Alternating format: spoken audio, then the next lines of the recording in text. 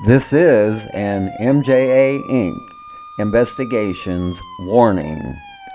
This MJA podcast is rated E for explicit. Some details of a case and language used on this podcast might be upsetting to some of our listeners. Listeners' discretion is advised. And for those who are still with us, kick back and enjoy the show.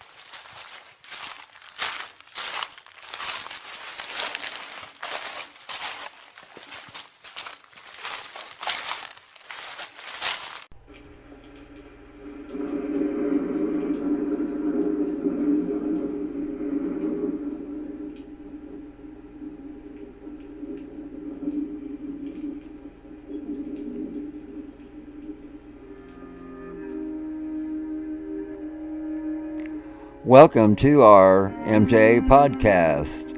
This series, Deep into the Woods, Episode 12, Part 6. 6 missing person cases from the state of Wisconsin. On tonight's show, we will profile 6 missing person cases. There will be 3 missing males profiled and 3 missing females profiled. On the Doe Network, they have 30 males listed as being missing from the state of Wisconsin.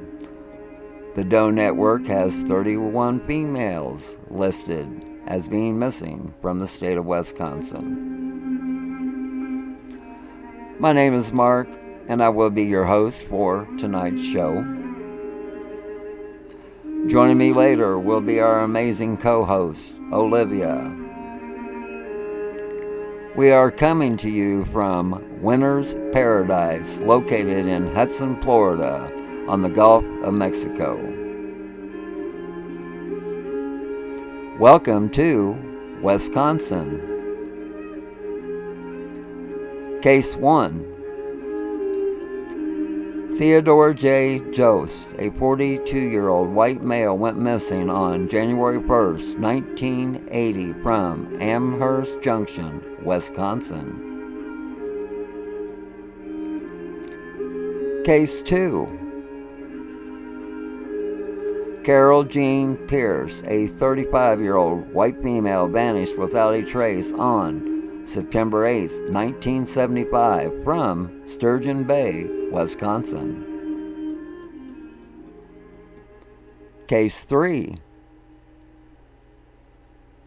Edward W. Smith, a 28-year-old black male, went missing on June 14, 1990 from Milwaukee, Wisconsin. Case 4.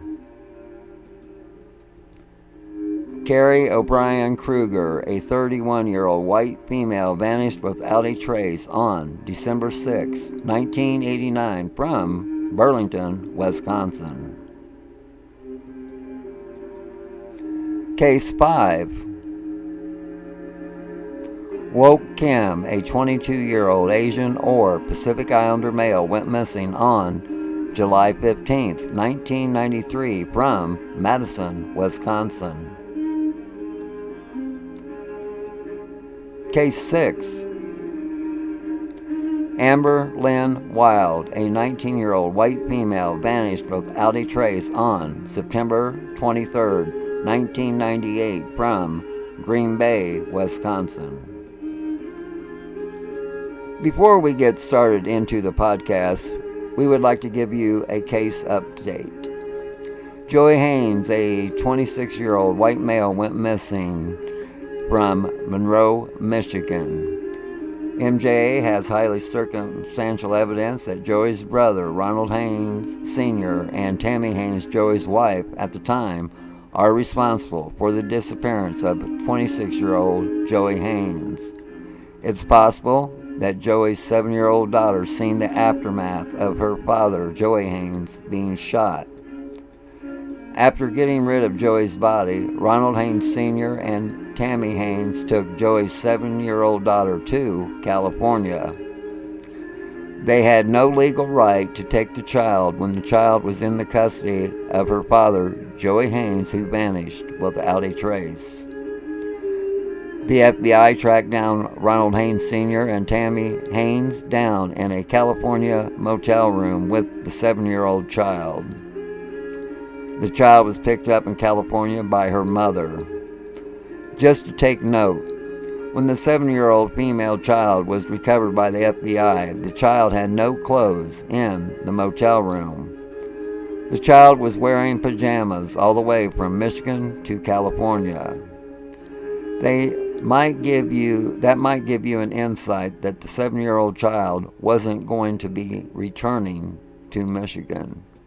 It's very possible that the 7-year-old child was doped up on something like NyQuil or something to that effect. No charges were pursued concerning taking the 7-year-old child over multiple state lines. Ronald Haines Sr. and Tammy Haines have never been officially questioned by law enforcement concerning the disappearance of 26-year-old Joey Haines. After filing several fact-finding motions with the Michigan State Police and the Department of Justice, the case into the disappearance of Joey Haines has been turned over to the Michigan State Police Cold Case Unit, who have shared a lot of success. MJA and our client are thrilled with this outcome, for we've been asking for this for many years now. Let's take a pause for the cause, and when we return, Olivia will be on the line. Be back in a moment.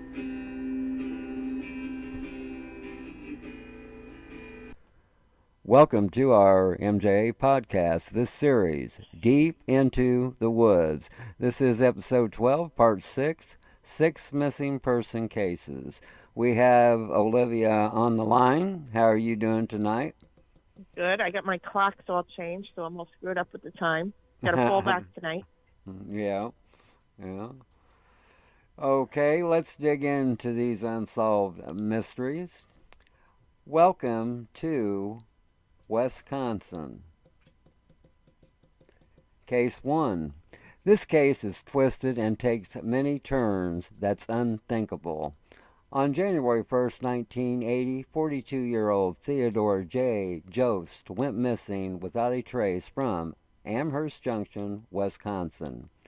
Jost is a U.S. Army veteran who was last known to be alive in or around 1980 in Amherst Junction, Wisconsin. Theodore J. Jost's disappearance was learned through an investigation by the Social Security Administration. Theodore's mother, Marie Jost, went missing at the same time. Marie Jost was last seen in 1980. She has not used her Medicare benefits since 1980 when she had a stroke. Since then, Marie has not used her medical benefits, but her Social Security checks continue to be cashed. Officials appear to have no clue of any possible scam until August 30th, 2012. The Portage County Sheriff's Office says in August of 2012 they were contacted by the United States Social Security Administration asking for assistance in locating Marie Jost after several pieces of mail went unanswered. The Social Security Administration said Jost's benefit checks were being cashed by an unfamiliar person at an unknown branch of Anchor Bank. An official from the Social Security Administration reported that their agency had sent 3 letters to the address on record for Jost. After the Social Security agents sent the 3rd letter, they received a phone call from a male who identified himself as Mrs. Jost's son. The official reported that this person stated Mrs. Jost was not available for a meeting. Law enforcement went to make contact with Mrs. Jost. Upon their arrival, they met and spoke with Charles Jost. When Charles was asked about his mother, he stated that his mom and his older brother, Theodore, were not at home, that the mother and son, Theodore, were riding in a vehicle to some place. Charles Jost was unable to tell what kind of vehicle or where they were driving. When law enforcement asked for permission to look around the property, Charles became very agitated and refused his consent, telling deputies to leave his property. When asked if his mother was alive and in good health, Charles responded by stating that he was no longer going to talk with them and would talk to his lawyer.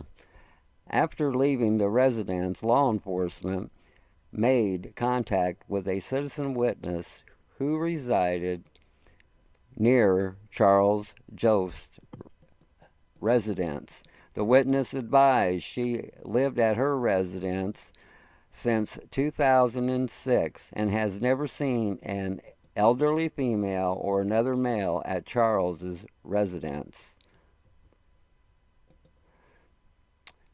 Investigators also questioned Marie Jost's daughter and son-in-law, Ronald and Dolores Disher, at their Almond, Wisconsin home. During this interview, Ronald pulled out a sharp metal file and threatened the officers at the scene.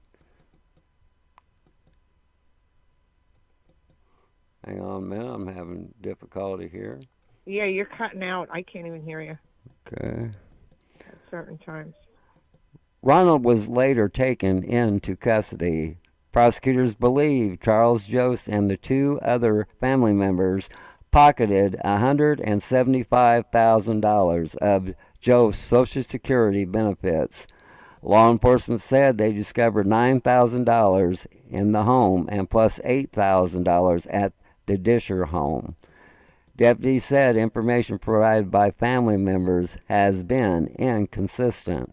Dolores Disher first told investigators she saw her mother less than a year ago. Then she changed her story, saying she hadn't seen her mother since her sister's funeral in 1980. It was also have been revealed that they had not seen Theodore Jost for over 10 years. Theodore Jost qualified for Social Security benefits but never applied for them.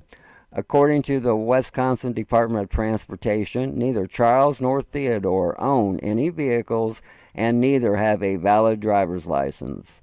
The Dishers also told police that Marie and Theodore have been traveling around the country for the last 30 years in a motorhome, that Charles is the only one who contacts Marie. They said Charles sends Marie Social Security checks to sign and then she sends them back. Another sister, Marie Householder, told investigators she hadn't seen her mother or her brother Theodore since 1980. Householder received a letter which was from her mother with the return address of her last known address. She indicated that the appearance of the name Marie Jost that was written on the letter was different than what she had knew of what her mother's writing was. All of the letters that household received allegedly from her mother was mailed from Amherst Junction, Wisconsin address. Householder said she had not seen her mother or brother since her sister Pat died in 1980. Police also discovered a scrapbook at the Dishers' home called Mama's Letters. It had letters written to the Dishers signed by Marie between 2006 and 2011. The name on the envelope was from Marie Jost, and the return address was from Amherst Junction, Wisconsin. According to the statement of Dolores Disher, her mother endorsed the Social Security checks with an X because she had a stroke and was unable to sign her name.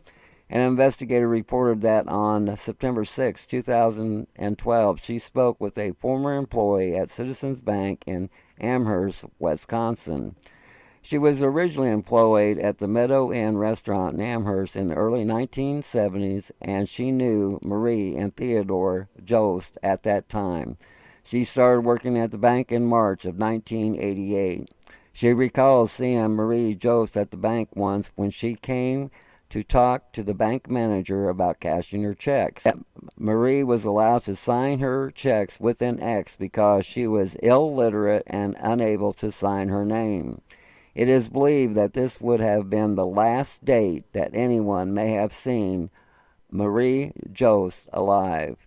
It has been reported that when Ronald Disher was asked how long Marie Jost had been dead, he responded that she had been gone for 25 to 30 years. Dolores and Ronald were interviewed regarding the Social Security check cashing. Dolores described that Ronald would drive and they would pick up Charles Jost and take him to the Anchor Bank in Stevens Point, Wisconsin. Ronald indicated that he drove his wife, Dolores, and her brother, Charles, to do errands. He indicated that he knew they were doing something with Marie's Social Security checks. In September 2012, the State Crime Lab went to Charles Jost's property. Cadaver dogs picked up spots of interest, but no human remains were found. The search for evidence was expected to be a slow one, as Charles Jost was a hoarder. The Portage Sheriff's Department said items believed to be bone fragments were sent for analysis to a lab in Texas, but the results came back inconclusive. Charles Jost and the Dishers were charged with theft, mail fraud, forgery, and unauthorized use of an individual's personal documents. Charles Jost was found not guilty by reason of mental defect. Charges against Dolores was dismissed because of her medical issues. In 2014, the jury deliberated for more than nearly 10 hours, but could not agree on whether Ronald Disher played a role in the fraud scheme that involved cashing his mother-in-law's Social Security checks. Theodore and his mother, Marie Jost, are still missing. If you have any info concerning this twisted case, please call the Portage County Sheriff's Office at 715-346-1448. Case 2. Carol Jean Pierce, a 35-year-old white female, vanished without a trace on September 8, 1975, from Sturgeon Bay, Wisconsin. Carol was last seen on September 8, 1975, between 8 a.m. and 4:30 p.m. at her residence at Sturgeon Bay, Wisconsin. According to her husband, Richard Pierce, the two had coffee together before he left for work as a crew member on a U.S. Coast Guard cutter. Richard returned home between 4 and 4:30 p.m. to find Carol gone. Richard reported her missing a week later, and according to police records, he claimed his wife left him and took all their cash. But after friends visited the couple's home, they discovered all of her prized possessions. These were things that an individual who was going to leave would take with them. 7 these items were still at the house. Friday, September 12, 1975, Richard traveled with his truck to Sheboygan, Michigan, Yes. where he and Carol owned land. On September 22nd, 1975, Richard retired from the Coast Guard and moved the couple's mobile home from Sturgeon Bay to the Sheboygan. Sheboygan, Mm, Sheboygan property. The trailer was not searched at the time of Carol's disappearance. Carol and Richard's relationship was troubled, and they'd been in marriage counseling. Carol's friends and family stated she was happy in her marriage and had no plans to leave Richard. She was saving money to buy him a Coast Guard ring as a surprise gift for Richard's retirement. In 1977, Richard was granted an uncontested divorce and he remarried. Search of the, I can't say that, Sheboygan Sheboygan. property in 2008 turned up no evidence of Carol. However, police and family members suspect foul play. In 2018, Richard was charged with first-degree murder for the death of Carol. Also, that Richard had given inconsistent statements about his wife's disappearance for decades. Evidence shows Richard took out a loan to buy a trencher, bulldozer, and trailer in December 1975. Richard has been the prime suspect in her disappearance for years. Carol's passport and social security number has not been used since 1975. Foul play is suspected in her case due to the circumstances involved. If you have any info concerning this case, please call the Sturgeon Bay Police Department at 920-746-2450. Case 3. On June 14, 1990, Edward W. Smith, a 28-year-old black male, went missing from Milwaukee, Wisconsin. Smith was last seen leaving the Phoenix Bar in Milwaukee, Wisconsin during the evening of June 14, 1990. It is believed that Smith met serial murderer Jeffrey L. Dahmer sometime during the evening. Then Smith returned to Dahmer's residence in West Allis, Wisconsin with him. The 28-year-old Smith has never been heard from again. Friends of Eddie Smith told police that they had seen Dahmer and Smith together at various clubs in Milwaukee and finally at a birthday party on June 22, 1990. Smith was not seen again after leaving the party with Dahmer, and law enforcement has never found his body. Smith's family reported him missing later that summer. Dahmer was arrested for numerous murders of young men in Wisconsin in 1991. Serial killer Dahmer told law enforcement that Smith was one of his victims. Investigators believe that Smith's remains were destroyed by Dahmer in such a way they cannot be recovered. There are 4 other missing men presumed to be victims of Dahmer. Dahmer was sentenced to life in prison in the early 1990s. Serial killer Jeffrey Dahmer was killed in prison by a fellow inmate in 1994. Let's take a pause for the cause, and when we return, we will profile 3 more missing person cases. Be back in a moment.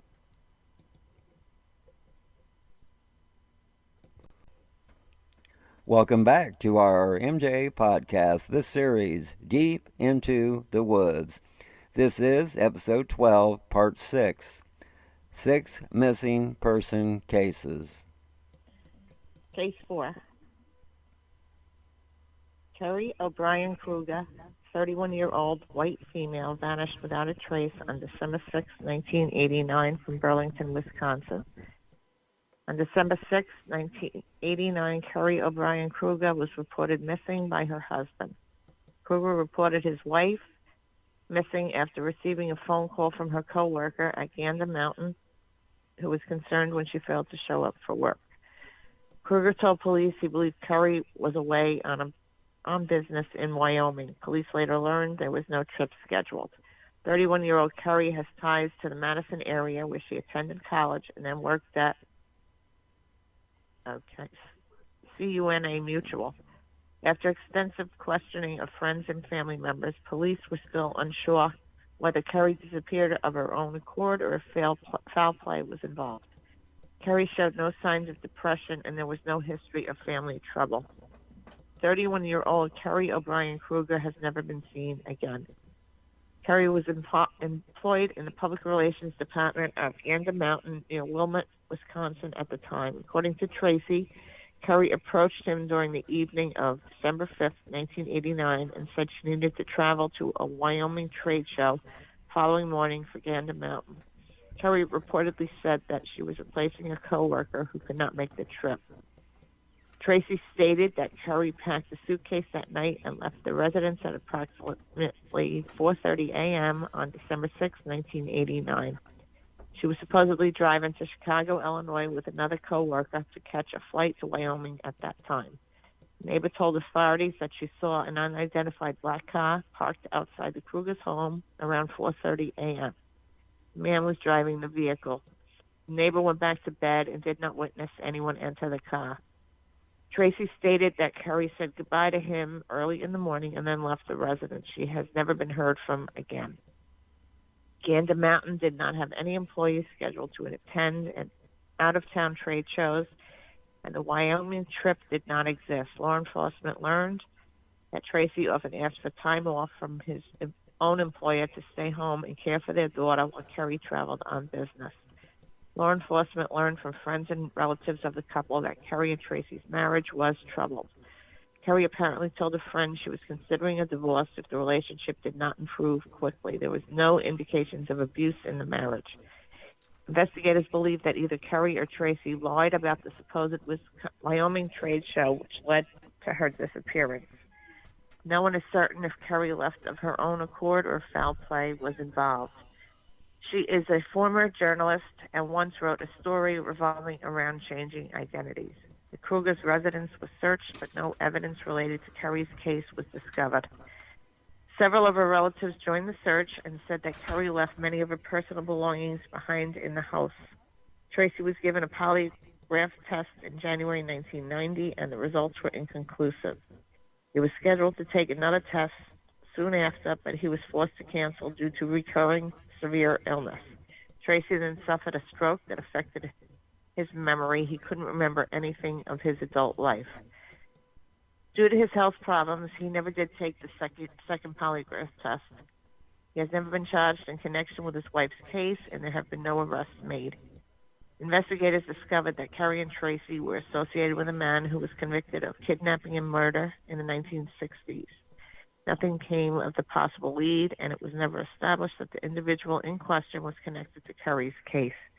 If you have any info concerning this case, please call the Wisconsin Department of Justice at 608-266-1221. Case 5. Wook Kim, a 22-year-old Asian or Pacific Islander male, went missing on July 15, 1993 from Madison, Wisconsin.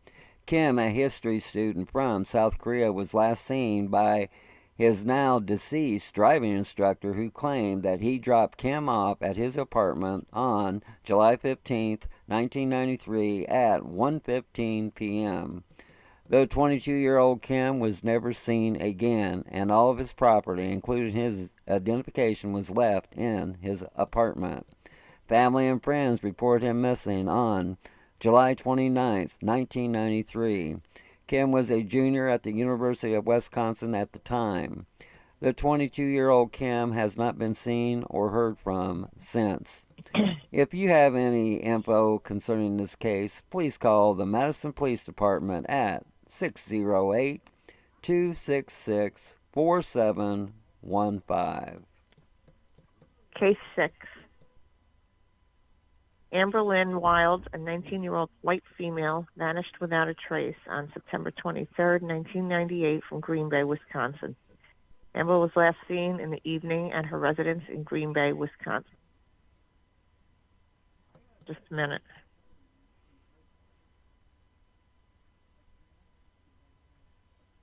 The 19-year-old Amber Wild's 1988 Subaru GL was located more than a week later. It was abandoned in a parking lot at a Green Bay sports bar near Lambeau Field in Green Bay, Wisconsin. Wild's purse and cell phone were found in the trunk and the keys in the ignition. The last person to drive the car was likely larger than Amber.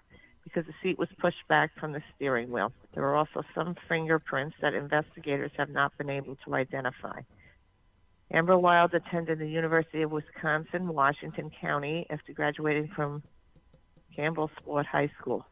The 19-year-old Wild had transferred to the local University of Wisconsin campus and had lived in Green Bay for only 3 weeks. Amber Wild was in a car accident the morning of September 23, 1998. The 19-year-old Wild sustained a head injury in the accident when her head hit the windshield. Wild attended her classes complaining of a headache. Wild last spoke with her family on September 23, 1998, after the accident. The 19-year-old Wild asked her father to call her the next day to make sure she got up for class. When she did not answer, her father drove to Green Bay and reported 19-year-old Amber Wild missing. Police launched a massive search but turned up nothing.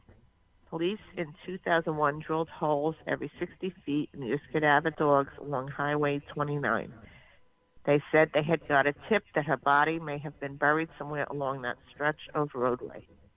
At the time of her disappearance, the highway was under construction and there were deep holes there. If you have any info concerning this case, please call the Green Bay Police Department at 920-448-3221 or 920-432-7867.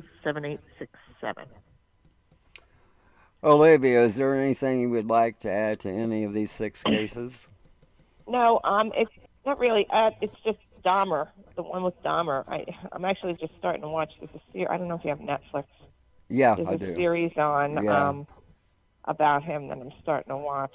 But kind of strange cases, and once again, I think we're in an area where it's desolate and cold, so these bodies could be anywhere. Yeah. The first one is kind of strange. Oh, yeah, the Social Security The thing. son Yeah. and the mother, Yeah. what do you think happened there? Well, the way it looks, the other son and his sister and son-in-law killed him and was collecting the Social Security. That's sick. Yeah, they said in 32 years, $175,000 worth in 32 years. Wow, that's crazy. They was last seen but they was last seen in go ahead. 1980, and they caught wind of it in 2012. So that's Right. 32 years. And this last one that I just read, Yeah. the girl, the Yeah. 19-year-old, Yeah. she had a head injury. She could have, it might not be an abduction. She could have just drifted off somewhere, and God knows where she is, because I don't know what Green Bay is like. I don't know Wisconsin well, but Yeah. she could be anywhere, It might be that, no one grabbed her. It's just she wandered off somewhere, when you have a head injury. Sometimes it messes with you. But the Dahmer show, it's kind of tough to watch. I gotta wait till he's home to watch it because I get nightmares. But also, did you watch The Watcher? That took place in the town next to me. The person that was watching the house. And Yes. that's all a lot. The whole show, if anybody on here listening watches it, it's not true. It's not true. People were not from New York. They lived in Westfield. Okay. John List did not live in that house. He lived near Mountainside, which was on the other side of town. And people that bought that house, they never moved in. They did sue the prior owners, but in the state of New Jersey, you can't.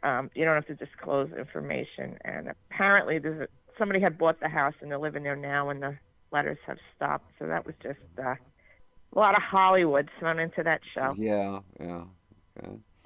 Okay, I would like to thank Olivia for being here tonight. A special thanks to our viewers and listeners for tuning in tonight, for y'all have been so kind.